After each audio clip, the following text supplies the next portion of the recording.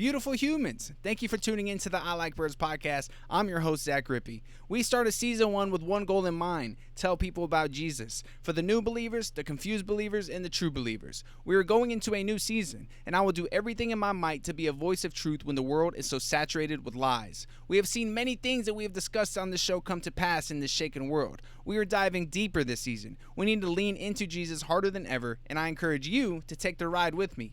We will grow in our faith together as we have been for the first 87 episodes. If you are a new bird and want to go back and listen to season 1, I highly recommend it.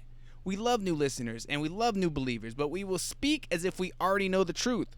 Jesus and the Word of God is the truth, and we will preach His name with boldness. We will stand on the sword and fall more in love with God each and every episode. Welcome to the I Like Birds podcast. Let's get it. People, are you ready? Let's start the show. Let's start the show. Ladies and gentlemen, welcome back to the I Like Birds podcast. I'm your host, Zach Rippey. Man, I have missed y'all. I've missed being behind the pod. I apologize about there not being an episode out last week, but to be honest, I was reconnecting with Jesus. The one previous to that on the week before was called Everything Will Be Okay. And that was just me more so reminding myself what my faith represents. It was me, diving deep and finding what the Word of God says on my heart and just kind of putting that and speaking that into existence, right? Well, tell me how the following week after I write that episode, God reveals to me why everything is going to be okay and reveals it in a very big, powerful way. It was like so unexpected. It was out of nowhere. It hit me like a bag of bricks. And I'm about to share with you guys everything that has just been going on. Because it's pretty wild. So this episode is going to be loosey-goosey, but also it's going to be real. So buckle up. I don't know what's going to happen, but we're gonna get to it. And it's a vulnerable one. It's a unique episode for sure. It's a bit of like a confession, repentance, revelation, and action episode all wrapped into one. And I wrote the first half of this original episode, and it got erased when our power went out in the RV. And I was super bummed about it, but I'm seeing it now as an opportunity to get everything out that I left out the first go around and kind of give you the full picture and the full scope of everything that's happened.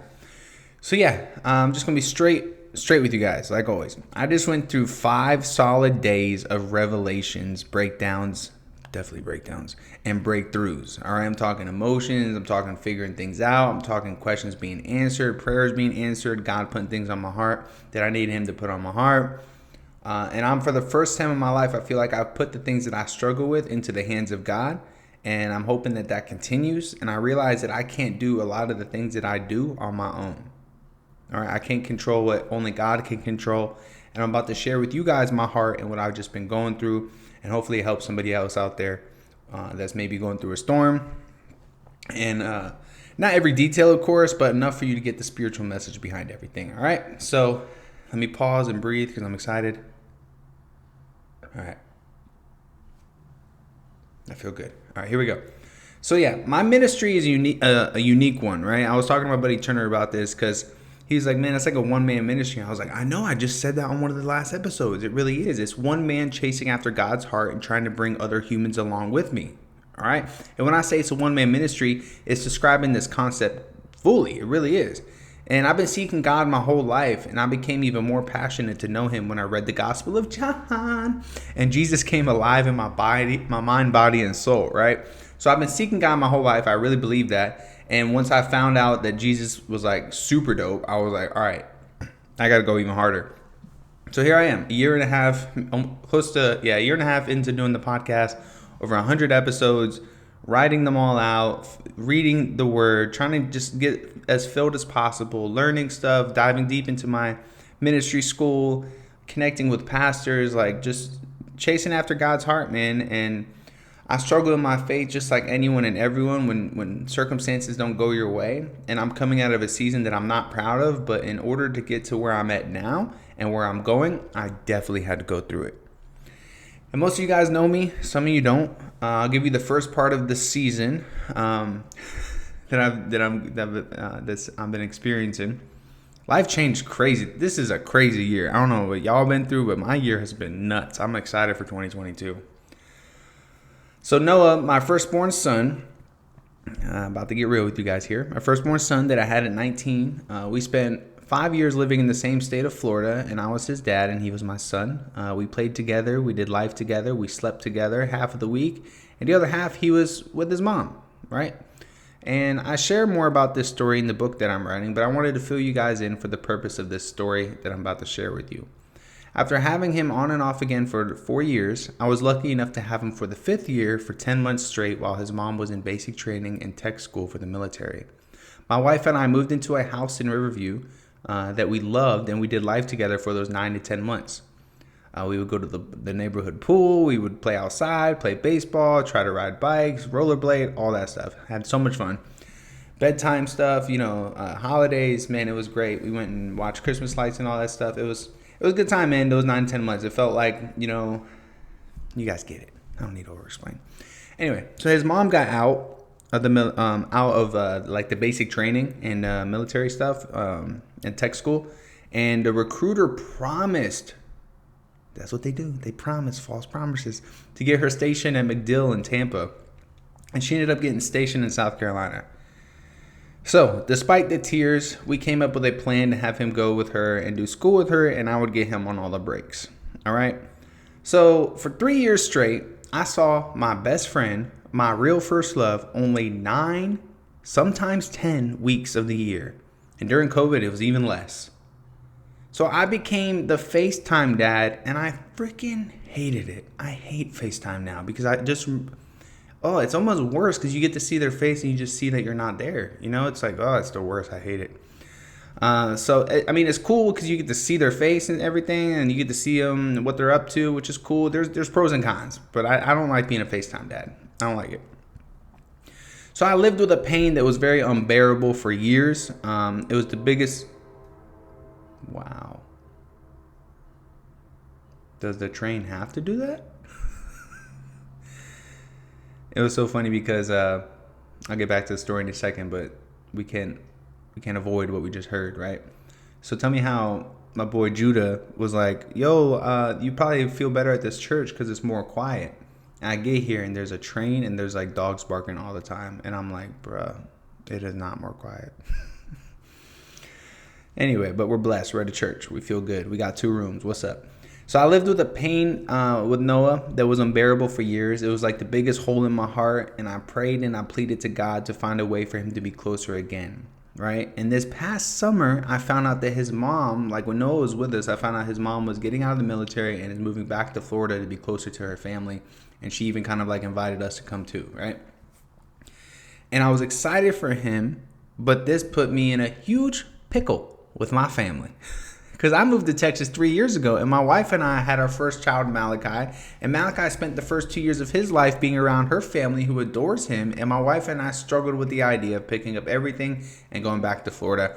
When, to be honest, guys, like I love my people in Florida, but I don't know. It didn't feel like home. It felt not like home. I still feel that sense of like, oh, I grew up here, which is cool. But I don't feel like I want to be there, if that makes sense. Like my heart isn't there right now. And yeah, so God is, I think we know this, but sometimes it's a refresher. God is bigger than our worries and our stresses. By the grace of God, Florida wasn't where they were supposed to be. They didn't like it. They had some struggles and didn't feel good while they were there. So on the phone, I invited him to come to Texas. And 6 weeks later, here he was. He was here. It was a miracle answered. It was the biggest, man. I was praising so hard for 4 days straight. And I was just like, everything is Gucci. Let's go. And then we picked him up and we spent 4 weeks with him trying to learn how to do life. My wife and I decided to park our RV and decided to stay put since he was in Texas now. So this threw off our plans of being on the road for a year. We were planning on going to Utah, Wyoming, Montana, the West Coast for the back half of the year and try to come back at the top of 2022. So this threw off our plan, but it was fine because Noah was here. It was the prayer answered, and sometimes that's just what happens. That's what you do. You just, hey, what's up? I'm back. I'm back, baby. What a love. So this threw off our plan of being on the road for a year, and it made life get kind of stressful in a way because we began plotting on how to get into a home. one that we own. Because I don't know if you know this, but an RV is super dope when you're on the road and you're seeing different cities and different RV parks and national parks and stuff like that. But it is trash when you're just in one spot. Okay, it's no longer an RV. It's more like a small trailer. Very, very small. I'm talking like 27 foot. So, granted, all our needs are met in there. We're blessed. We made it cozy. It's very homey still. We have everything that we need in there. It's just when you have, you add another 8-year-old into the mix, you're kind of wanting more space. Malachi's getting bigger, wanting more space. We got another baby on the way. We need a cribbo, right?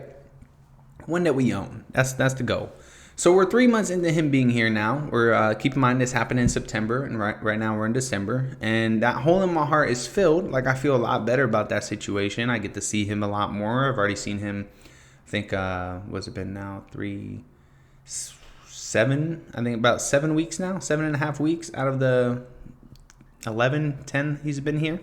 But as of late, I've discovered though, even though that heart hole was filled, I've discovered since that there are other holes as well, and I never knew that.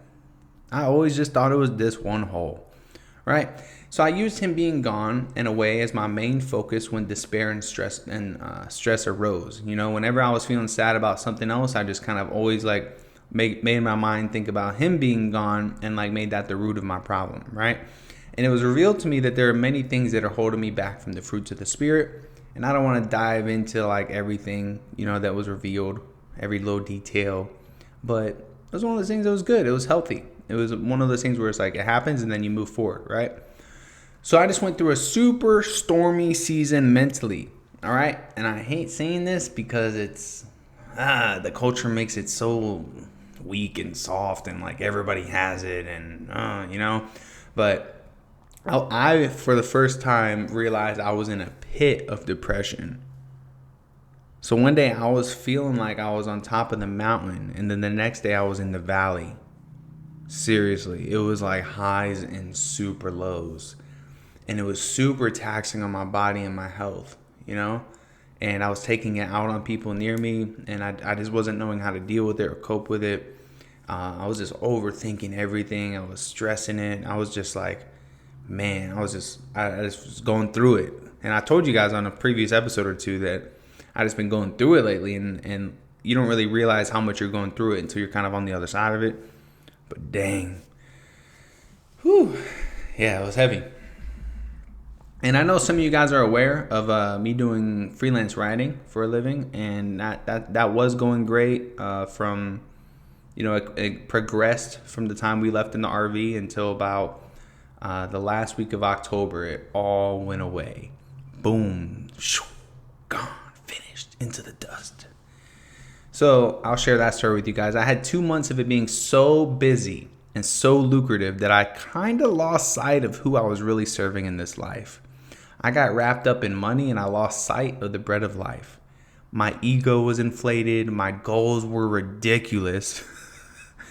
Like, I was just, I was kind of banking for a couple months. And a couple months banking is cool, but you also like start spending more.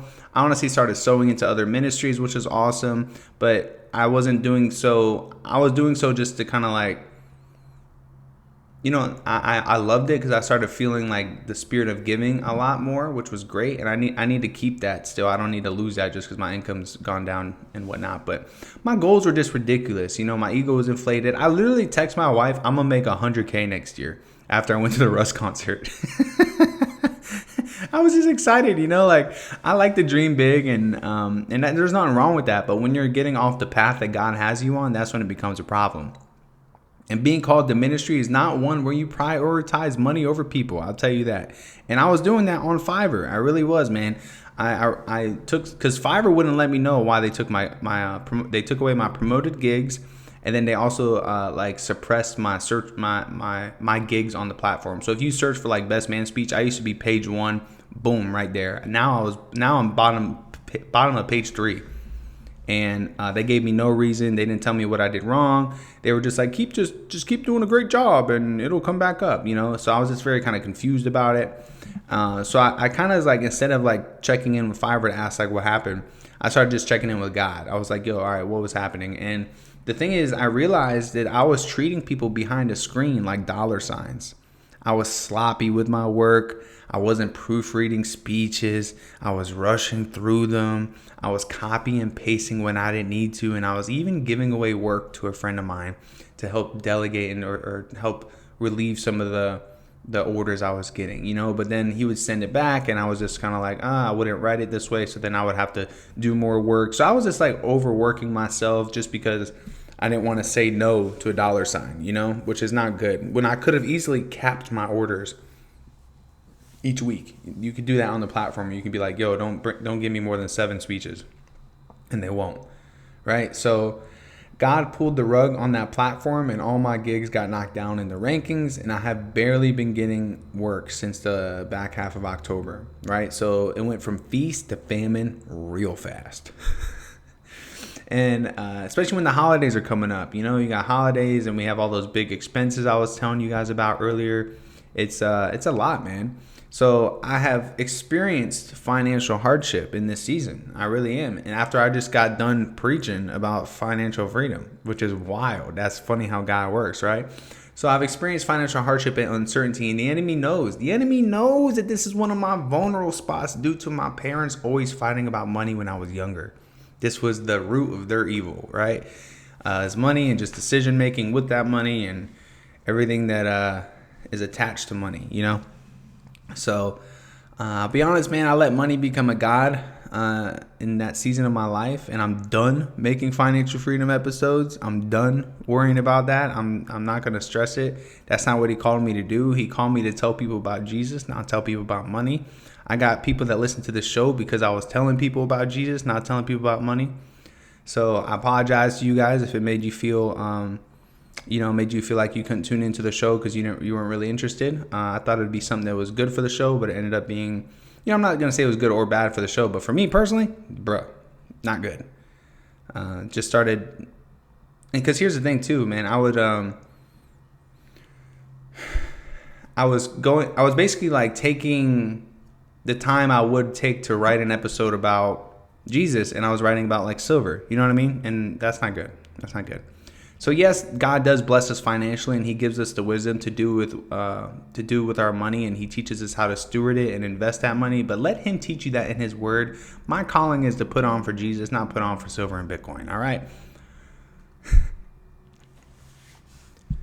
Yo, I wear these. Sorry, man. I don't know if you guys hear this. I wear these pants that are kind of like comfy and they look kind of decent for basketball shorts. But they have that make that sound. It's a little like when you like rub them. So I gotta stop rubbing them. So I apologize about that if you hear that in the mic. All right, guys. I'm sure you guys are aware of this, but the stress that is attached to money is a real one, especially because we have big purchases coming up with a house. I'll just get into that just so you guys can feel my pain and just pray for the kid.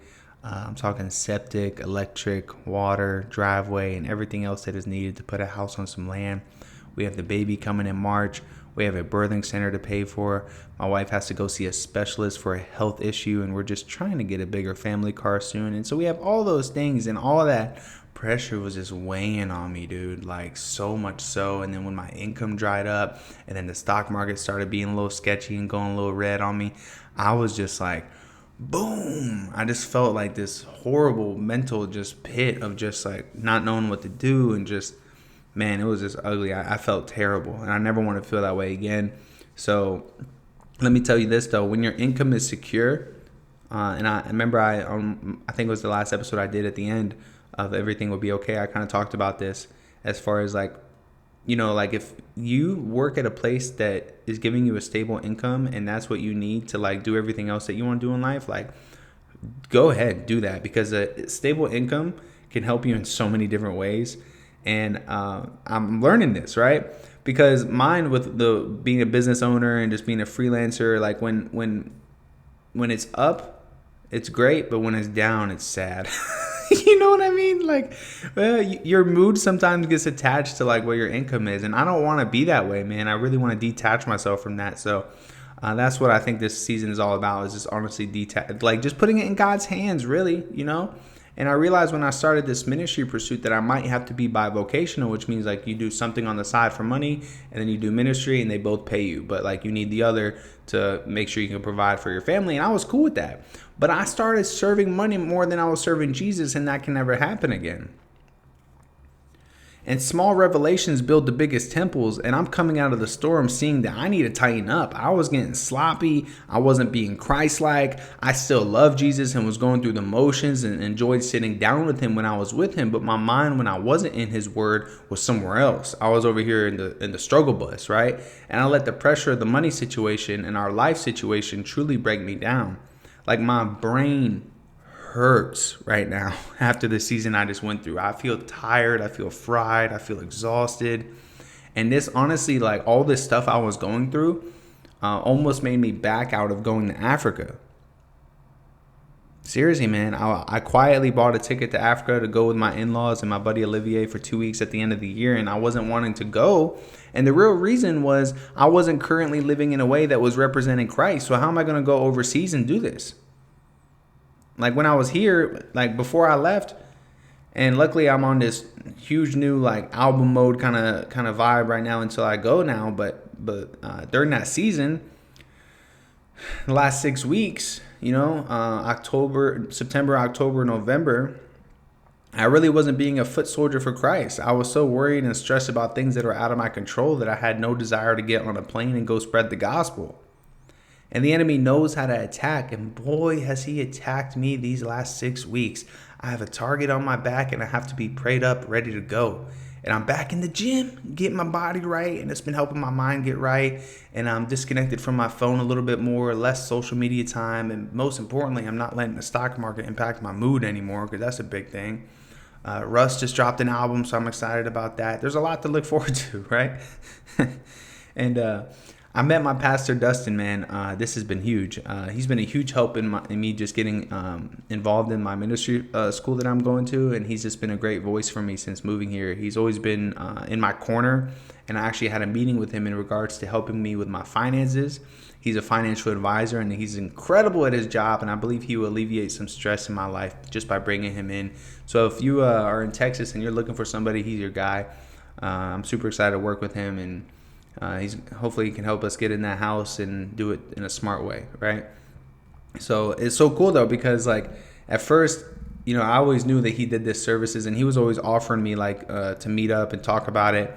And I would always, think I trusted myself more than I trusted anyone else, and I can do it myself. And it goes back to like not being okay with asking for help, and a pride thing, right? But God put it on my heart as I was going through the revelations and the breakthrough this past weekend to reach out to him and set up a meeting and basically give him the keys to help me. And that was a huge step for me, because realizing I need help is like, whoa, that was big.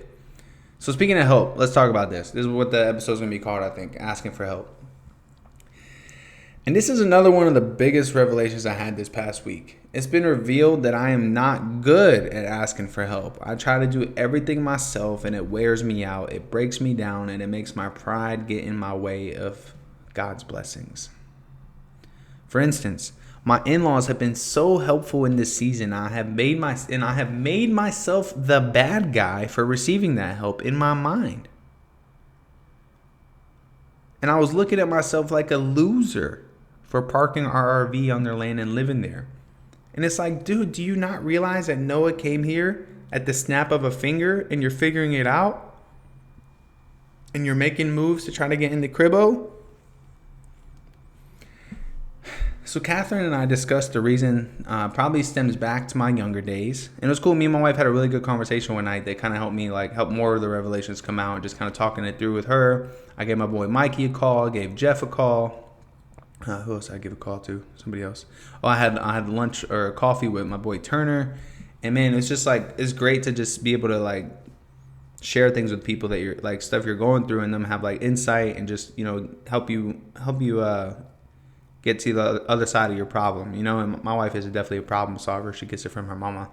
But, so yeah, she was telling me that, she was suggesting, or she was just asking me questions that made me kind of answer the questions myself about me basically always being the helper in my own family growing up, and in my younger life. I was always the one giving money to my folks when they needed it.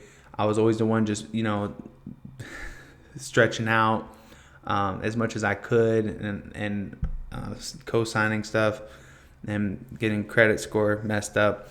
Anyway, I didn't write that down. I just said that. But anyway, so I moved out at 19 and was a young father, and I tried to prove the critics wrong and do it all by myself, right? So I had used furniture. I had nothing on the walls. I was in a low income apartment, but I did it, and I had some help from people just organically. My mom helped watch my son when I worked, which was awesome. And I had some good friends and whatnot come through and just be there for me. Armani always would just give me stuff that he didn't want, and I was like, bro, I'll take it. And now I'm in a position where I'm able to ask for help, and I struggle to do it, man. I let my pride block my blessings from those who are able to bless. And I even had a gentleman I spoke to on the phone ask me what the needs of the ministry were, and I hesitated to tell him because it was almost like a pride thing, like, oh, I got it, man, I'll figure it out, But at the end of the day, it's like, bro, if anybody can help in any regard with the ministry and just funding it and just supporting it, it's like, I gotta accept that, man. I got to. And I even sat down with one of my youth pastors, or not youth pastors, connections pastors at Calvary, Jonathan Ramos, and he even asked me, well, what can I do to help you? And man, I didn't even have an answer for him. I did, but it was almost like I backed out of the answer as soon as I told him the answer, and I was just like, you don't have to do that, I don't know, man. And it's good to be able in this position to realize that, be okay with asking for help. And this brought me to a place of realization, man, that I need help to keep this thing going. I just shared my heart with you guys. I told you the situation, and I'm trying to do everything in my power to finish school. I graduate in June, and I continue. Once I graduate 6 months from now. I don't know where I'm going to end up. I'll have a license to minister in Texas. I'll be ordained. There might be a job opportunity at my church that opens up. That's what I'm praying for and hoping for. But I want to also continue doing I Like Birds, man, the one-man ministry and leading people in that positive direction and just seeking after God's own heart and bringing people along with me. And speaking of which, I'm also gone 3 nights a week now doing volunteer coaching for a high school basketball team where I'm like the character coach. I've been trying to speak life into the kids there that are struggling with stuff and just being a friend to them and trying to disciple them. I'm just a few years older than them. I feel like I have a lot to offer them, and I'm going to start doing Thursday night chapel with them soon. So it's just another layer of the ministry. And to be honest with each and every one of you guys, adding a job on top of all of that would pull me away from the calling God has me on. So as much as, I'm not ruling out the possibility of having to go get a job to provide and get, income rolling back in at a way that, provides the needs of the family. But at the same time, it's like, it doesn't feel like that's like God wouldn't do all that he's done to me in the last year and a half for it to be just like, oh, go wait tables again, and not to like say, you got to do what you got to do at the end of the day to provide for your family. But, and I'm not against that. But at the same time, it's like, man, have you tried asking for help? Have you tried everything to make sure that you can keep this going? So yeah, man, this is me kind of just admitting that I need some help from the fellow birds, all right? In the episode notes, I'll be putting a support link, and you can do a one-time donation that will help us out in the short term. And I'm also working on creating a Patreon account so that we can have monthly supporters that will get exclusive perks like an extra episode every month, ebooks, additional content, merch discounts, and even a signed copy of my first book when it comes out. And I know, everybody, man, here's the thing, I'm gonna be real with you guys. Everybody wants your stinking money. I hate that. I know. It's like, no matter what, man, people are always trying to get your money. And that's why I never wanted to do that. And that's the part of me that doesn't like asking for help, is because everybody else is always asking for money, And I'm not saying that,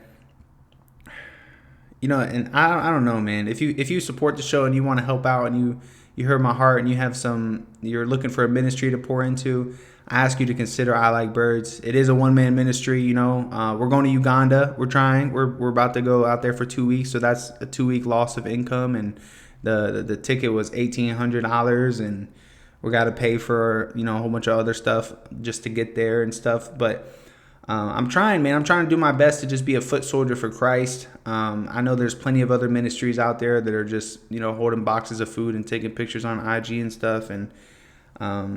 But the one man ministry, man, that's kind of what it's all about, because it's about your relationship with Christ, and I want to help you grow in your own faith. I don't want you to have faith in me. I want you to have faith in Jesus. I'm not telling you to follow Zach Rippey. I'm telling you to follow Christ. So if you guys feel led to donate, I do appreciate it. And then the Patreon thing would just be super helpful, just because that's I can see like what's going to come in, and we can tighten things up and whatnot. And it would just be cool to just give that exclusivity to some people that want to help support the show and just be part of it, be like producers on the show, and just get those ebooks that I put out, get those extra episodes and merch discounts, and just signed copy of the book. And I'm thinking of some other things that we can do as well.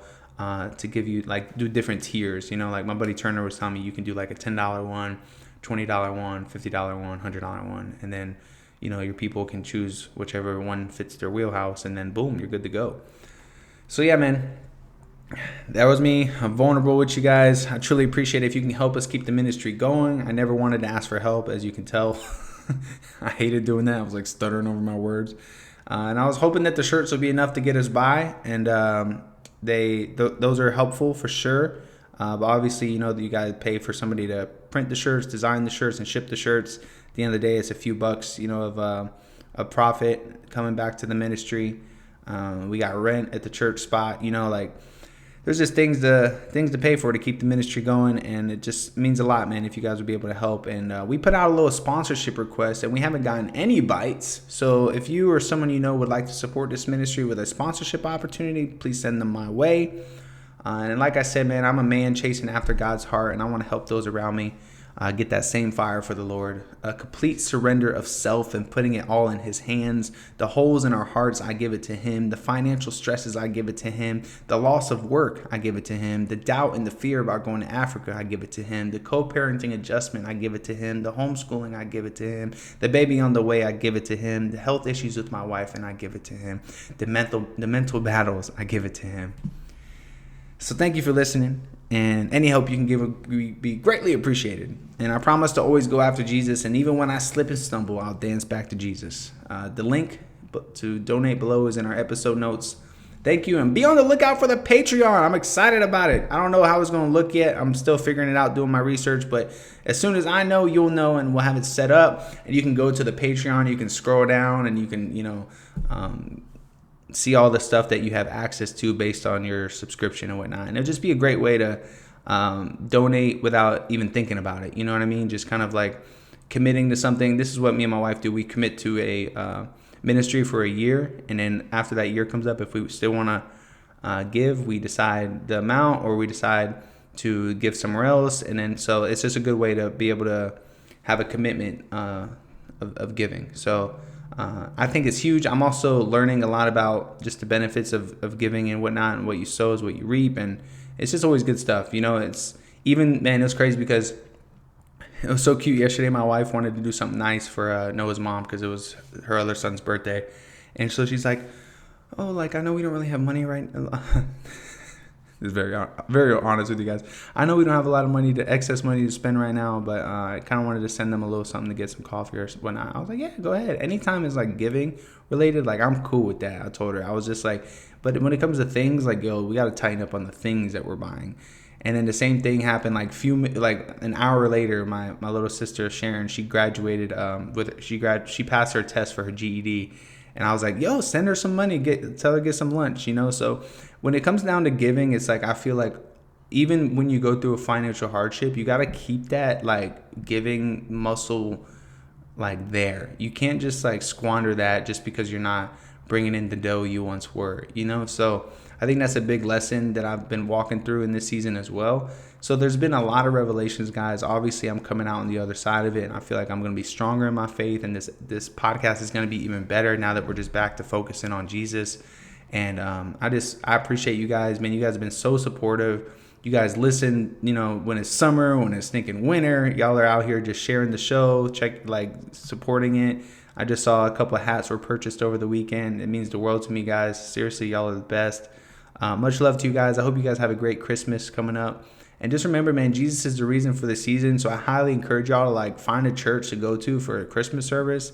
Man, they are fun. They are just a good way of just letting the spirit in for Christmas. So come to Calvary if you're in Texas. If not, you're in Florida, whatnot. Find you a good church. All right.